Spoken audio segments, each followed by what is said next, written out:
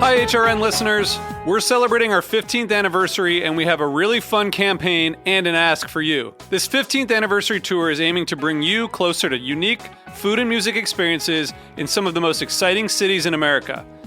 All the while, we're raising funds to support our work empowering the next generation of food system storytellers through our fellowship programs. Here's how it works. Donate to HRN and be entered into a raffle in the city of your choice to win a dinner for two at a noteworthy restaurant and tickets for two to a concert at a prominent local venue. We have incredible partners in New York, Los Angeles, Philadelphia, Nashville, Las Vegas, Charleston, Asheville, and Ardmore, Pennsylvania, who have donated a meal for two and two tickets to a concert of the winner's choice. And all donations help fund our fellowship programs, where we're helping to build essential workforce readiness skills and food system storytelling skills. Check out heritageradionetwork.org/15 to donate and enter to win today. That's heritageradionetwork.org/15. Thank you. It's vegan friendly. It's very vegan. So they're more intentional about I making. wouldn't say like restaurants in Lagos don't have many of them have vegetarian options and they indicate on the menu. I mean, but if it's a vegetarian option, it's mainly an option without meat. No, but I feel like it's still options are palatable and nice without the meat, because there are some places. There's a place I go to and I really like one of the vegetarian options on the menu. It's like mashed potatoes with grilled veggies, like lots of balsamic vinegar, and I love it so much. But I think to your point about they're just making the food without meat. That's a good point, because I know some strict vegetarians, for example, even if it's soup, clear soup, they'll ask if it's made from meat or beef stock, right? So it could look vegetarian because there's no meat.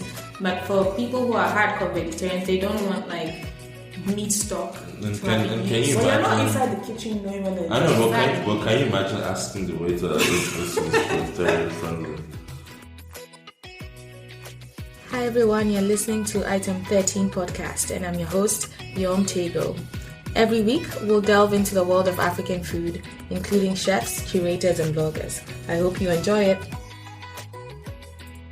This week, I speak to Nosa and Folly of Eat.Drink Media, who are the publishers of Eat.Drink.Lagos.com, the authority on dining in Lagos. The blog has expanded since its start in 2014 to include the production of Eat.Drink Festival, one of the biggest food events in Lagos, with over 10,000 annual visitors. We talk about how they started and grew their following, the food scene in Lagos, and get their definition of struggle bacon, which was the catalyst for starting the Eat.Drink.Lagos blog. Here's our conversation. Welcome to another edition of Item 13 podcast. I'm excited to be in Lagos today and speaking to the founders of Eat.Drink.Lagos, Folly and Nosa. Welcome to the show. Thank you. Thank you. So I think we'll start by having you tell us a little bit about yourselves. So do you want to go ladies first? My name is Folayemi. My name on the blog is Folly. I write a food blog called Eat.Drink.Lagos for restaurants, bars, places to eat and drink in Lagos. We have events that we do annually. We have an Eat.Drink Festival, which is a food festival. We have a Jollof Festival. You have a Jollof Festival? Yes. I didn't know. And then, we just do random food events throughout the year. We started a YouTube channel this year, and Oh, I didn't know that either. That's something to talk about. Nasa? Well, she's basically giving me a for Eat.Drink.Lagos. So, my name is Nosa. I am based in Lagos now. I'm a banker half the time, and I write about food. That's interesting. I'm a banker too, so I'm banking food. Yeah, interesting. Oh, cool. Okay, so what was your inspiration to start Eat.Drink.Lagos? I know on your blog you said it was over brunch, over struggle bacon, which I need you to define what that means. Mm-hmm. And then maybe delve a little bit more into the inspiration for starting Eat.Drink.Lagos. Well, Nosa coined the term struggle bacon, so I'll allow him to talk about his relationship with struggle bacon and bacon in general, and how that inspired him to have a food blog. It was largely because there was, when I moved back, there wasn't really, restaurants were not online. Like, it was hard to find. How long ago was this? So like, probably 3 years ago. Okay. So restaurants are a bit hard to find in the sense that they weren't very internet savvy. They didn't have, most of them didn't have social media pages. They didn't have information up on Google. You couldn't like find their locations where they were. I mean, things have improved since then, but there wasn't really like anything cataloging where restaurants were and how to find them. So it's just basically, this just started basically to do that for intents and purposes. Okay. And then what's a struggle bacon? So struggle bacon is like plasticky bacon. So Overcooked and stringy. And no, it's cheap. it's even before, like there's no way you can cook it to not be struggle. So It's like pink material. So like sometimes when you get like, if you have a fried bacon, you can burn it, it becomes crispy. Yeah, but with like struggle bacon, it doesn't happen. That's the ingredient. You can cook it and cook it and cook You it. can cook it. It's like ham, but I think it's basically down to the type of bacon we import largely here. So it's not.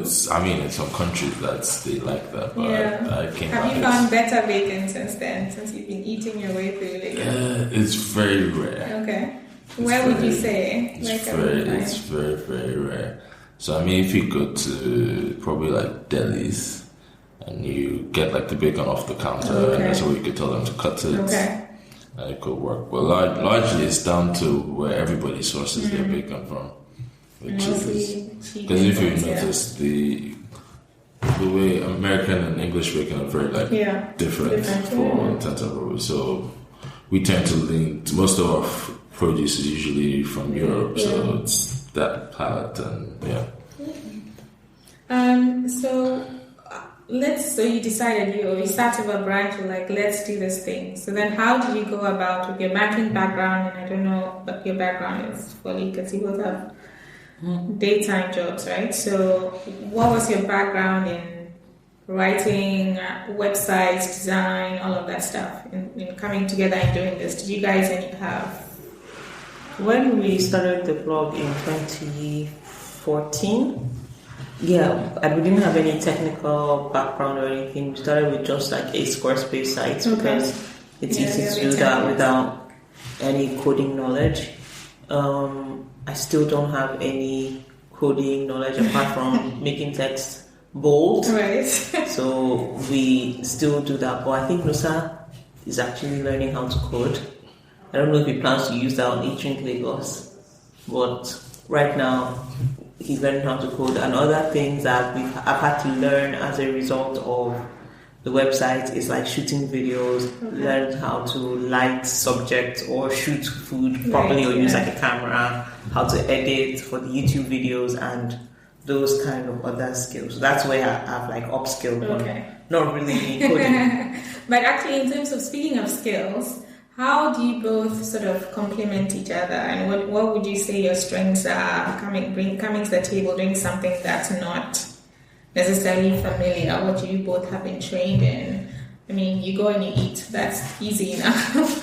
But coming back and documenting, taking pictures, like you said, you trained yourself, but then being able to code, like what other skills do you need? What other skill sets have you used, and what have you found that you've complemented each other on in terms of skills? You can go ahead. I'd say, because I work in a bank, but I work in like the tech in the bank, like, so like IT in the bank. So I'd say I'm the more tech person between both of us. You can say that. To be fair, yeah. I'm the more organized person. Okay. I like to think things very deeply and thoroughly. I don't know if my partner here. But does that ever create a conflict in terms of working together? Okay. So because sometimes maybe I'm too detail oriented, and my colleague I'm more of a very user experience type person. So So they complement each other in that way, right? Yeah. Good stuff. Okay, now let's go into the food. So you decide you're going to start a food blog. Obviously, you have to go try out food. How are you picking out the places that you go? Are you doing it organically in terms of, well, this is where I was going to go anyway, so when I go there, I'll come back and write about it? Or are restaurants approaching you and saying, hey, come and, eat here and do a review for us? So, How has it worked? Or maybe how did it work in the beginning and how does it work today? So originally, the first way, it's places you're going to go to anyway, or places you found. And that was maybe more or less that's how it worked for about like a year or so. There are places I've never been to. I'm like, I want to go here. Oh, we can review it for the blog. Okay. Anyways. But right. then, now it's evolved a bit. So it's more people, you just finding out about new places, like either from Instagram or driving around. Or someone mentioning it to you. Or someone mentioned it to you. And then we'll go there to review it for the blog. Okay, so then I'm sorry, go ahead. Yeah, that's what I was going to say. So then you go to a place, and I've seen your rating system, which is pretty easy. You either like it or you don't, or it's okay. But what are the factors that go into we like this place versus not? Are you just looking at the food, or is it the entire sort of experience? For me, the first thing is the food, if it's what it's supposed to be, if it's fried chicken and I get fried chicken, or if it's Eggs Benedict and I got Eggs Benedict, for as an example. So that's the first thing. Like, does it taste like, is it what it's supposed to be? Okay. And does it taste good? Is it presented properly? Is the service good? Is the ambience good? Do they have parking? And okay, so you consider not just the food, but like all of the other elements of the especially parking. Okay. I mean, for us, I think another thing is just taking several things into context. So when you're rating something, there has to be something that you're referencing. Right. So as far as maybe like an experience or a taste, there should be something you reference.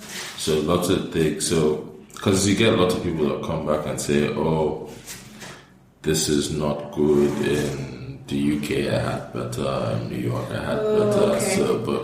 So you are doing it. I've learned that it's for things in Lagos. You shouldn't really. The context is a lot different because there's a lot that goes into like supply chain, cost of dollar, cost of run, ease of doing business. A lot of things go into it. Right. So you have to understand. But do you think then that you are, or do you think you are lowering the bar in terms of how you look at those restaurants then?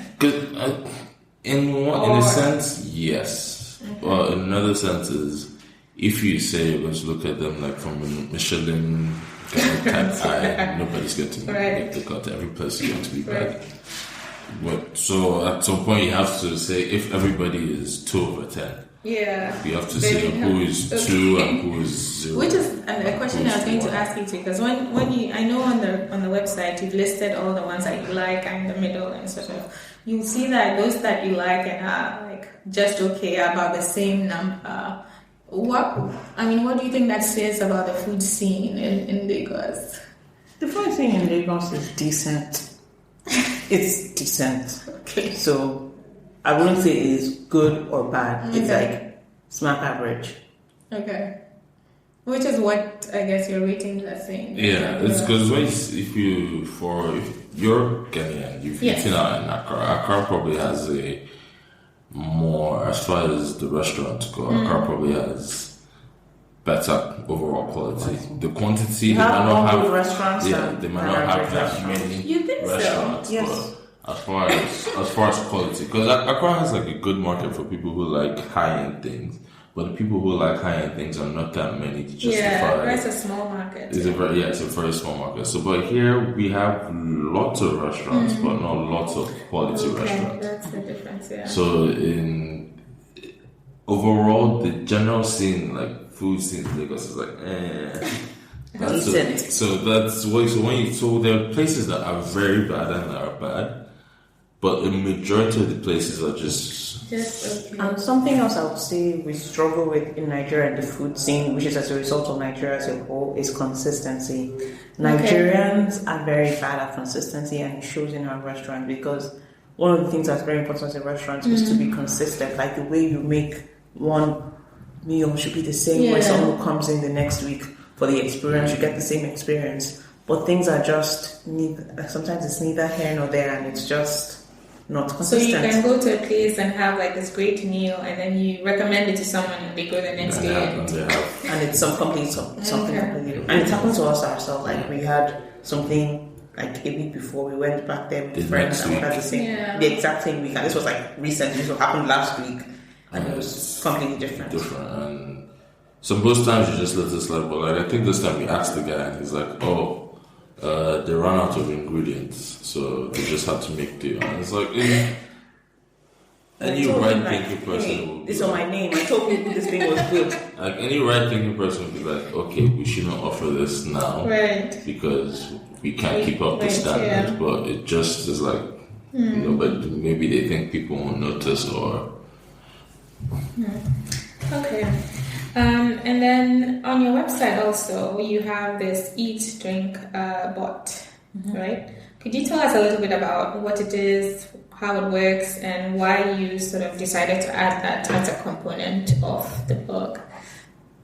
It's a restaurant recommendation bot. People used to send us lots of messages like, hey, I want to go out to dinner with my wife, or I want to propose to my wife. This is how much I have to spend.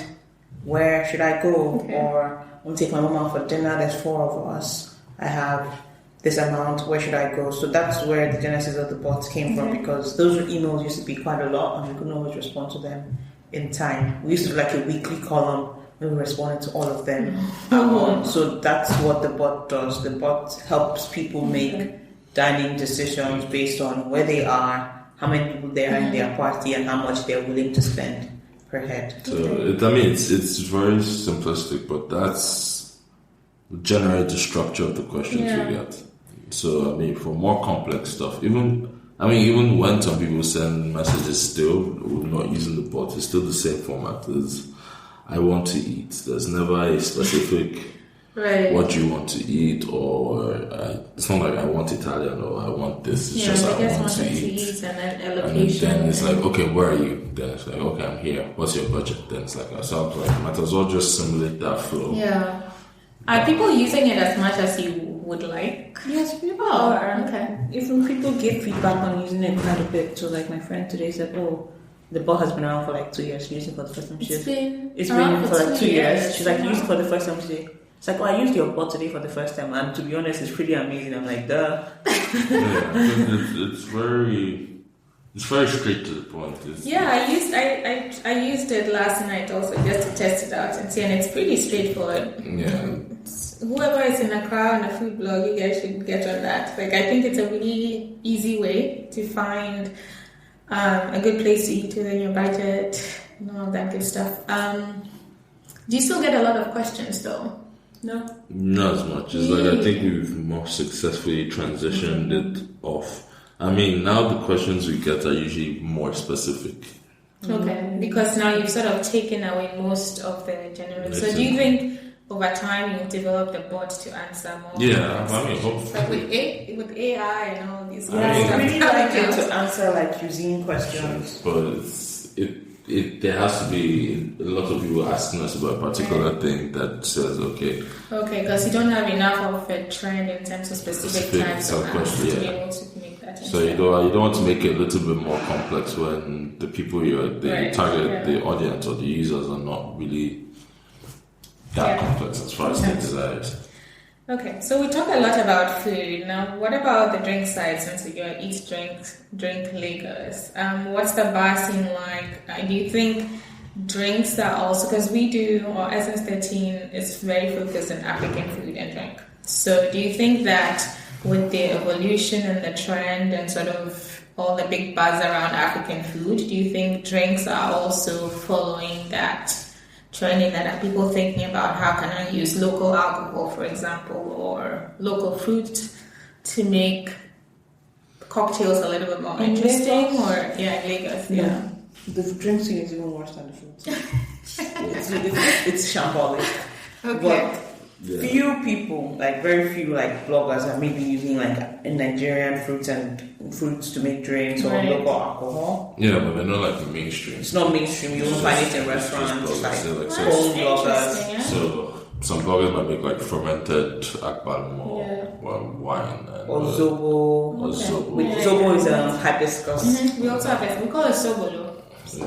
So like you do like a zobo cocktail, but it's Yeah. not something that's transitioned to like mainstream. Interesting. Restaurants. Where You people- find it at maybe one restaurant, Or two. not by Lara. Yeah, but Okay, no. but so what about social occasions like at weddings and stuff? Would you still have You would interesting? No, you Really? find like you find You find champagne, bottles. wine, mainstream liquor. Interesting. Because we're very drinking things is very bottle driven. It's not. Oh, that's We right. don't really have like Yeah. a cocktail Right. culture in the sense of. But even like soft drink, that's so interesting to me. We had a because- bartender come to China, Nigeria, and a Ghanaian one. Yeah. That's and a Ghanaian No, one. but it was the first, second, and third were three people that came to get from Ghana. Interesting. Yeah, because then I would say though that we have a more diverse. We have a We more. have a more Drink developed scene, I and would discerning drink scene Yeah. here. I'm So, surprised. we just want to I'm really drink. surprised though. I'm not gonna name the cognac. Just Yeah. that's Yeah, I mean, what's it called? Because it was like maybe a couple of days ago, we said like a particular stout was for armed robbers. Yeah. And it's like people are getting so upset. It's like, why would you say that? It's bad for your brand. But when you look at it, if you drink, so we compared two stouts today actually. Compared two stouts. We did it on camera. For our YouTube? We'll probably put the video out like next week. But we compared two stouts. And there's the stout that I said is for armed robbers. And there's this other stout. And everybody, when they drank both of them, you could tell there's a clear difference. And if the flavors were a lot more complex, and the other one that I saw was for Amber Brothers, it was a lot simpler. It was just flatter. It was like stout flavored water. There was no complexity to it, and it's not something that lots of people would have thought about until you put both of them together. And so when you make this comment, and people are like, because we're largely not discerning drinkers, we're largely. We eat mostly for. Quite surprised. That's a We new eat, thing I'm learning. yeah, we eat mostly for subsistence. Like it's just people trying to survive. So that's one reason why the scene is not as big as it should be, because everybody's just trying to get by. You're not really thinking of or being mindful of what Right. exactly it is you're putting into your body, or you don't actually care. It's just. Too bad, eh? Okay, we'll take a short break here, and then when we come back, we'll dive more into the topic of the festival, and then talk a little bit more about the food scene in terms of both from the perspective of you as a consumer, a blogger, versus the people that manage the restaurants themselves. So we'll be right back, guys.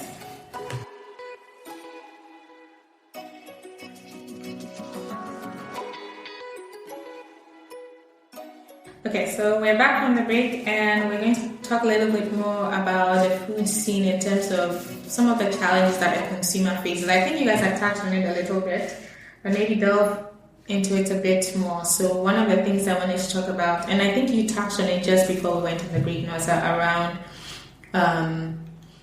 so if I was a vegan or a vegetarian or gluten-free, it would be very hard for me, is the point you were making, to find restaurants, food establishments that will cater to my to your particular diet. Yeah, because they just don't take that into consideration. I'm selling Sia meat. This is all I have on mind. So if you don't eat meat, in then the that's... last 5 years, there have been only 2 restaurants that had a straight up vegetarian friendly.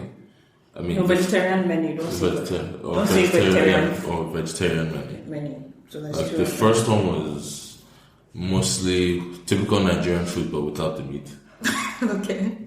And so then that was... Then the second one, the new one we opened up this year, it's a lot more It's vegan friendly. It's very vegan, like. So they're more intentional about I making. wouldn't say like restaurants in Lagos don't have many of them have vegetarian options and they indicate on the menu. I mean, with but a V. if it's a vegetarian option, it's mainly an option without meat. No, but I feel like it's still options are palatable and nice without the meat, because there are some places. There's a place I go to and I really, really like one of the vegetarian options on the menu. It's like mashed potatoes with grilled veggies, like lots of balsamic vinegar, and I love it so much. But I think to your point about they're just making the food without meat. That's a good point, because I know some strict vegetarians, for example, even if it's soup, clear soup, they'll ask if it's made from meat or beef stock, right? So it could look vegetarian because there's no meat. But for people who are hardcore vegetarians, they don't want like meat stock. And can you Well, you're not imagine? inside the kitchen knowing when they're I know, Exactly. but can you imagine asking the waiter if this is vegetarian friendly? It depends on the restaurant. For example, if you go to any Indian restaurant in Nigeria, they have strict vegetarian options. But that's largely because If you Indian go to restaurants any of the are- hotels in Nigeria, they have vegetarian options indicated with a V. Sometimes, very rarely, you see vegan. Okay. I mean, for me, the Indian one I feel is because they're mostly run by Indians, and Indians are mostly vegetarian. So there's a very conscious effort from the top. Yeah. But if you look at Nigerian-owned restaurants, That is true. Yes, they're Nigerian-owned restaurants. Their vegetarian options are salads. Yes. But like I said, Indian restaurants, the hotels, and many foreign-owned restaurants. Even when there was... yeah, but if you look at this, the impact is mostly because it's coming from people who are coming from a place where they are mindful about what they eat. So it's second nature to them. Well, you'll be surprised how many Nigerian vegetarians and pescatarians there are. That's the thing. They are. Being pescatarian is actually pretty common in... That's the thing. There are a decent amount of Nigerian vegetarian pescatarians, but it's not really reflected in the restaurants owned by Nigerians. I'm not disputing that. Because for me, that's why I said the vegan one, why I'd say things because it's owned by Nigerian, it's Nigerian girl, and I think it's the first time I've seen like a Nigerian person come out and say, like, this is what we are. We're catering to a niche subset because this is an underserved subset kind of thing. But largely, it's not something that comes to mind. Right, naturally. So before we switch to talking about the festival, I want us to play devil's advocate and put ourselves in the shoes of the owners of these restaurants and establishments. And the issues that we've talked about in terms of consistency, in terms of catering to niche dietary requirements. What do you think, as an owner, you're thinking about your audience or your target customer is making it challenging for you to be consistent with the food you're bringing out, or not creative enough with drinks, etc. in the Lagos scene? To me, I think it's a lot of people start restaurants strictly it's as a hobbyist thing. It's like it's just something you do. It's not because you actually care about food or because you are trained in that area. Or you're trained in that area. You're just doing it for the sake of it, and that translates, like it trickles down to the menu. So a lot of the whole not caring and not trying, it's very evident when you go to this kinds of places. So like on one hand, there are people that are actually trying to do certain things, they're actually trying to make a living out of it, and that actually care about creating something. But those people are not in the majority. They're not in the majority at all. And it's a whole, and the thing is, because there's nobody really holding anyone accountable, because we don't really have like an establishment. Like there's no culinary establishment where people have to get in and people have to get some training or standards. Okay. So because there are no gatekeepers, there are no standards, it's a free for all in the sense that. Do you also think that if they've been quote unquote successful at running the establishments for this long.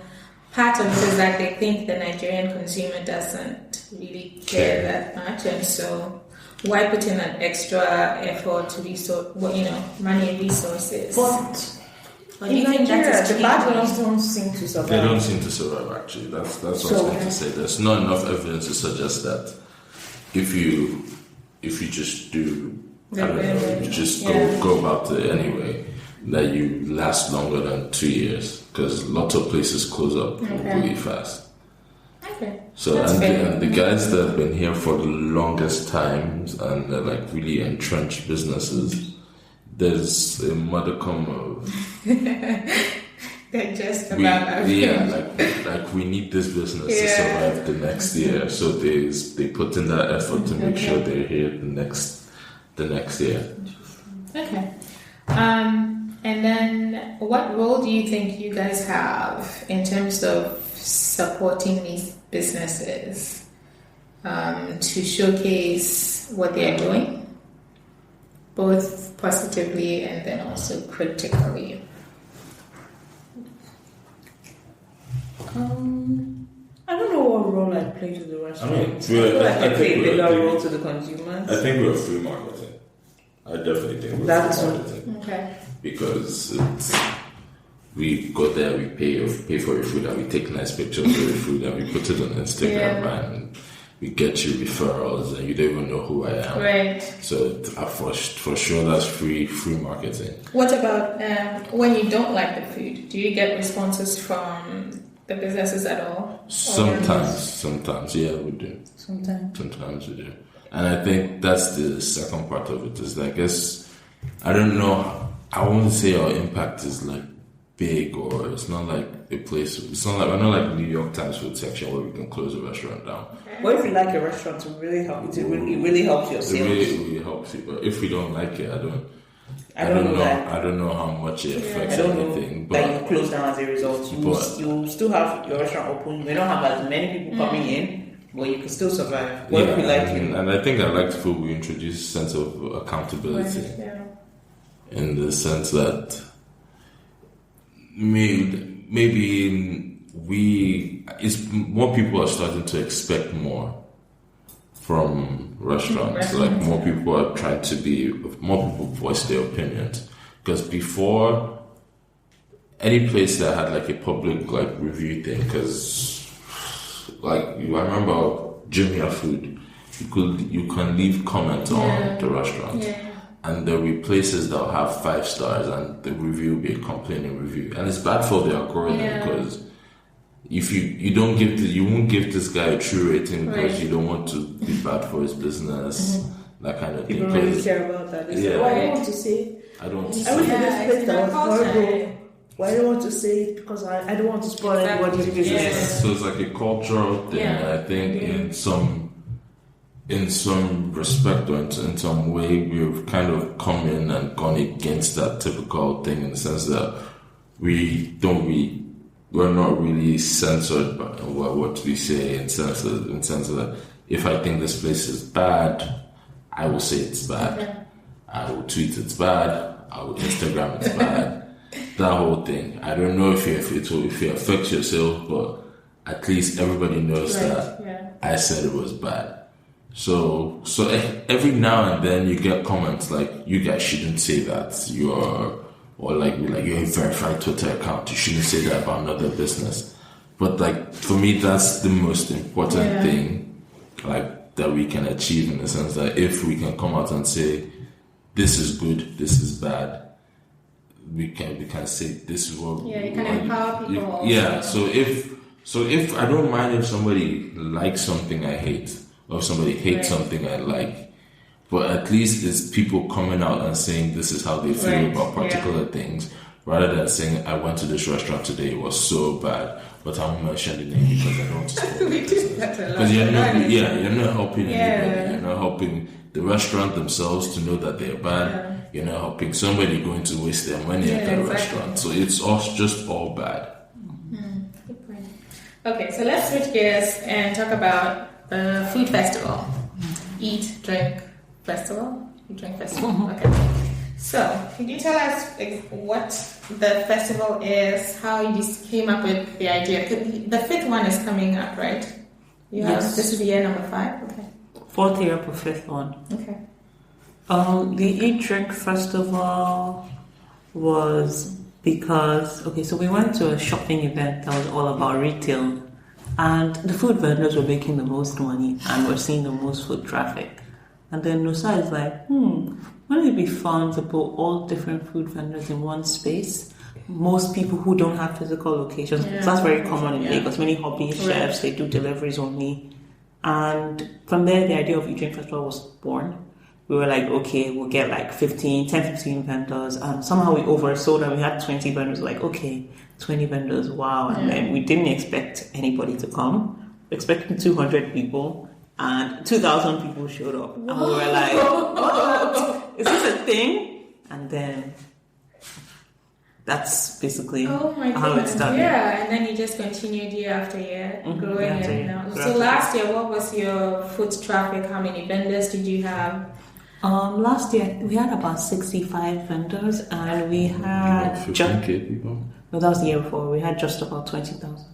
Oh my goodness, wow. And this is just the two of essentially, I'm sure you get a volunteer team or something to support. We have a few paid volunteers and us, and then we have the sponsors to sponsor the event. So how do you get, so that's also an important question, how did you get the brands on board, especially in the beginning? Now it's a big thing. So, in the first year, we had, I think, 2 sponsors. One sponsor that helped us with printing, and then a drink sponsor. Like there was some guy introducing a new wine. Okay.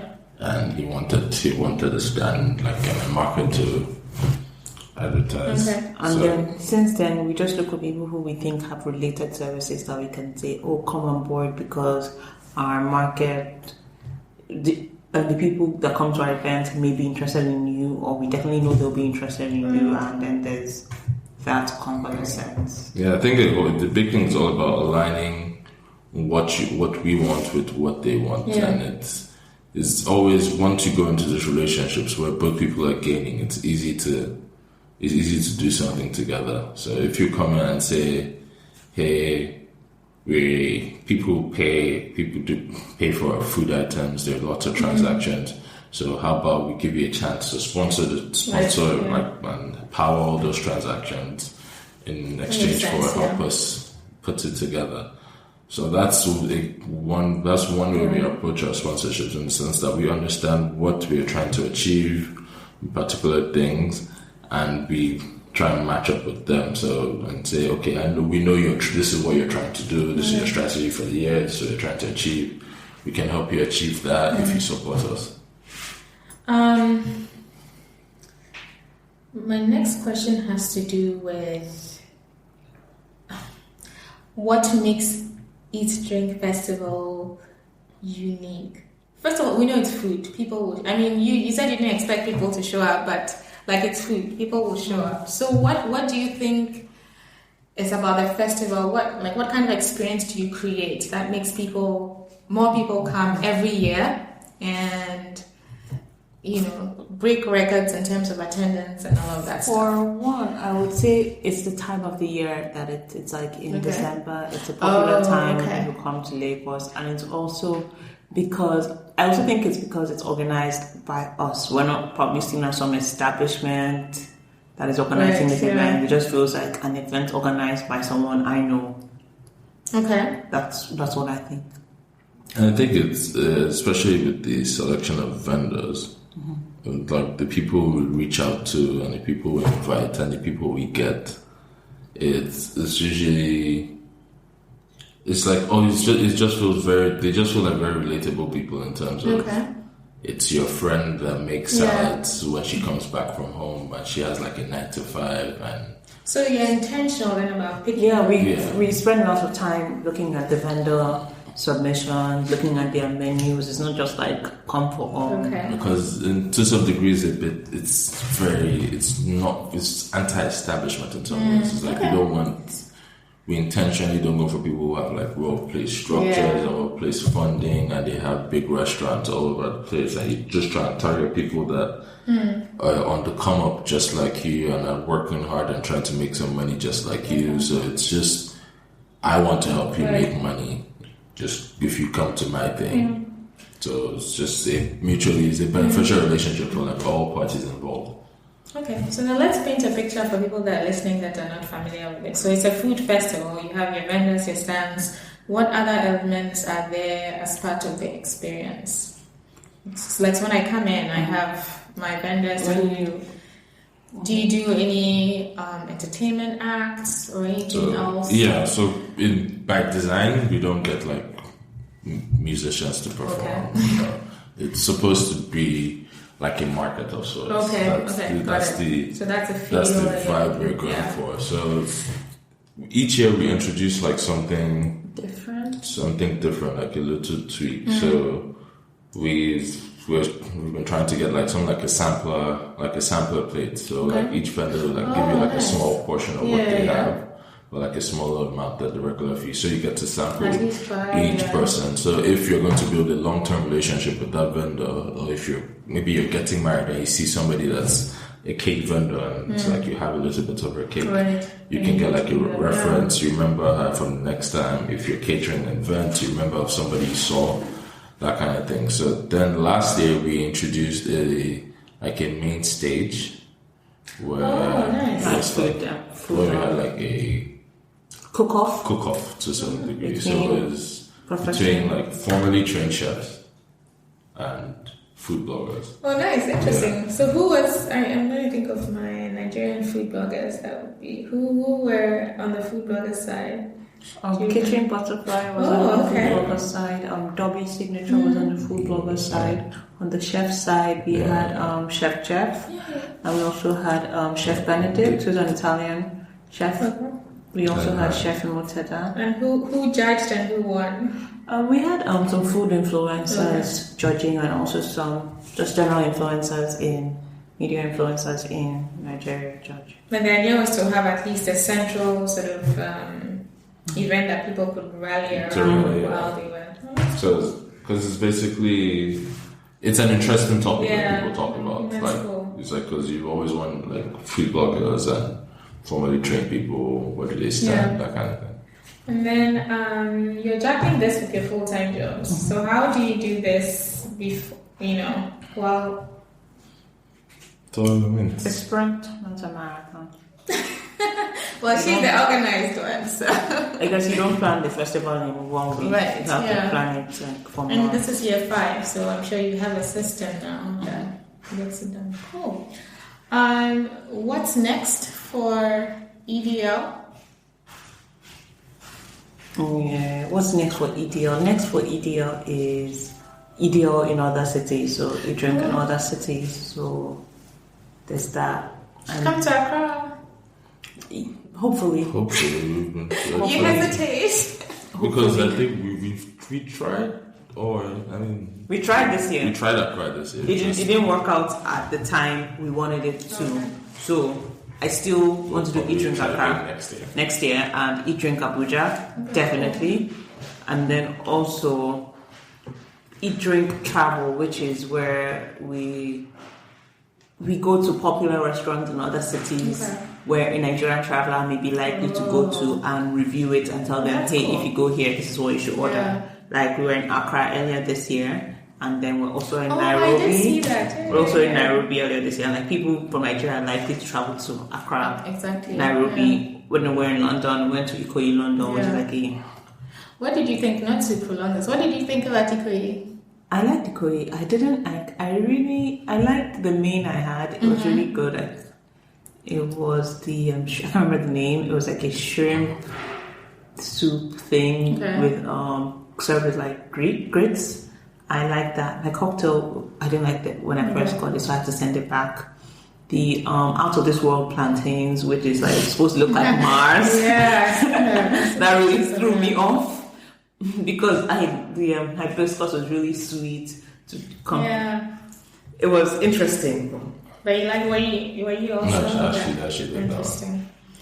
So before we transition to the rapid fire segment, can you let us know where people can find you online? Eat.Drink.Lagos everywhere except on Instagram where it's Eat.Drink.Lagos.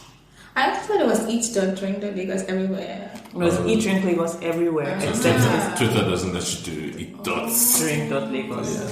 Okay, interesting, cool. All right, we're transitioning into the rapid fire segment. Oh, and Eat.Drink.Lagos.com. Oh yes, your website. Eat.Drink.Lagos.com. And that's where people can also find the bots, right? It's also on your website. Cool. Rapid fire segment. I usually have one person, so this will be interesting. So I'll just ask the question and then you both give me your answer really quick. So let's go. This should be easy and interesting because you've been to Accra. First question, which you should expect: Ghana jollof or Nigeria jollof? I'll go first. Nigeria jollof. Nigeria? Be honest with yourself. No, see that the hesitation tells me. It's a tough question. I'm not really a jollof person, so I don't think jollof is that good. I think fried rice is better than jollof. No, actually, I take that back. But that's for another day. Ghana jollof is greater than Niger jollof, which may be greater than fried rice in my head. That's an offline question. You said that's an offense. Yeah. Buffet or a la carte? A la carte. Okay. Swallow or rice? Rice. Depends on the rice. Depends on the rice. Actually, swallow, I don't really like rice that much. Okay. Depends on it, yeah. Red wine or white wine? Red. White. Coffee or tea? Coffee. Tea. Dine in or take out? Dine in. Take out. Morning person or night person? Morning. Morning, definitely. Instagram or Twitter? Instagram. Okay. Why? I should ask this why, because both of you said something different. Twitter is just a place where people go and fight. And as I saw this morning, intellectual Olympics. Everybody wants to show that they're smarter than the other ones. So it's like intellectual Olympics. But Instagram I like the intellectual. Okay. Instagram is so pretty. I look at pictures. I'm there, so it's Instagram too. And then the last question: what is your favorite African restaurant anywhere in the world, and why?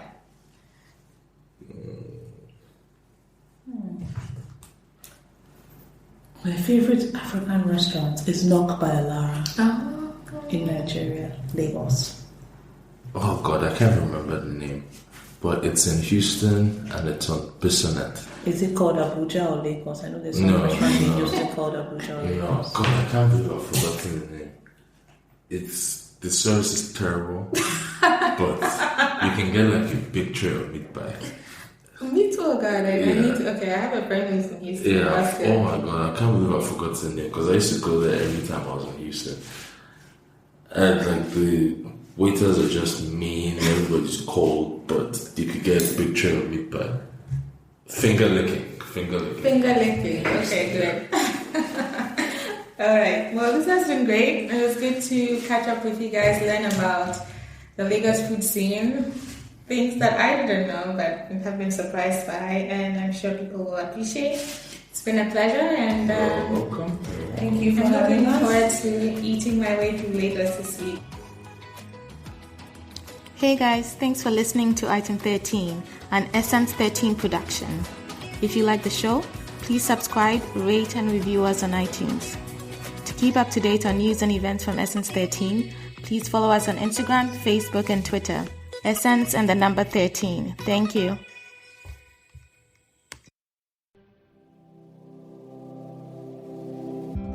Hey there, I'm Lee Ullman here with some big news from the National Young Farmers Coalition. We're partnering with Heritage Radio Network on a special season of The Farm Report. It's all about what's happening with the Farm Bill and how it impacts farmers and eaters. I am growing diversified vegetables on land that's been in our family for 150 years. And so with the pandemic, gentrification, property values going up, we had to sell the land and we lost it. Join us as we uncover the untold stories behind this massive piece of legislation that shapes how we grow our food, what we eat, and so much more. The problems we have had those are things that come from earlier Farm Bill and USDA policy, right? Like Earl Butts, get big or get out. You know, it's my responsibility to know not only what I'm eating, but then like how that all came to be, and realize like, wow, like this piece of legislation, all this money, like it's technically something that I support as a taxpayer. While Congress debates the next Farm Bill, this is not just an invitation to listen. It's a call to action. Be part of the conversation. Subscribe to the Farm Report on Heritage Radio Network, wherever you listen to podcasts.